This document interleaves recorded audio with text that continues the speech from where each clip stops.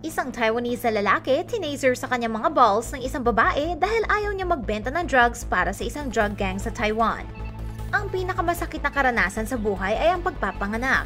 Para sa mga lalaking hindi makarelate dito, imagine na lang nila na sila ay paulit-ulit na tinatamaan sa kanilang mga testicles. Isang grupo ng mga drug dealers ang nahuli ng pulis sa Taipei matapos silang i-taser ang isang lalaki sa kanyang testicles dahil ayaw niyang pumayag na magbenta ng drugs para sa gang.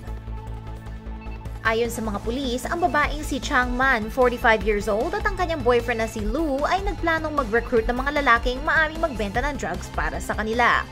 Noong isang buwan, inimbita ni Chang Man ang ilang mayayamang lalaki sa isang party at inakusahan niya ang isa sa mga ito ng pag-harass sa kanyang mga kaibigan na babae. Pinilit nila ang biktima na pirmahan ng isang sulat na nagsasabing may utang siyang $15,000 kay Chang at Lu at babayaran niya ang utang sa pamamagitan ng pagbenta ng drugs. Nang hindi pumayag ang biktima, tinaser nila ito ng paulit-ulit sa testicles at hinampas ng stick ang kanyang kalalakihan. Ang mga drug dealers ay naakusahan rin ng pag-impersonate ng police officers para matakot ang kanilang mga biktima. Naaresto ng Taipei Police ang 5 miyembro ng drug gang na ito.